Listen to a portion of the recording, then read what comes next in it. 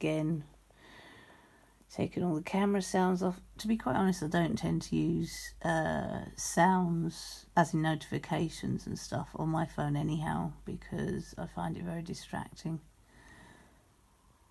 But, you know, the lovely people at Giffgaff keep saying, okay, try this, try this, try this. So this is my final try before I send the phone back. And if the noise is again on this video, and I'll keep, hello boy. So my partner is wanting a word. I go back to sleep. Saturday lying.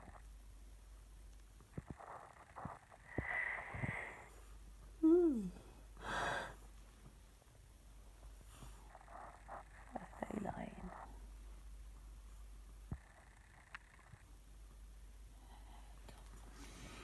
So yeah, this is filming the light that is outside my curtains.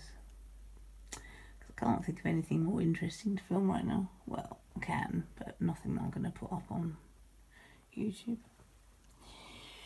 So we shall see. And if anybody else has any answers about why the iPhone SE has this mad shutter sound, because it happened on my last phone as well. It sounds like film being run through a gate, old movie sort of like style kind of camera thing. There's not a problem with the mic that I can see, that I can understand rather, should I say.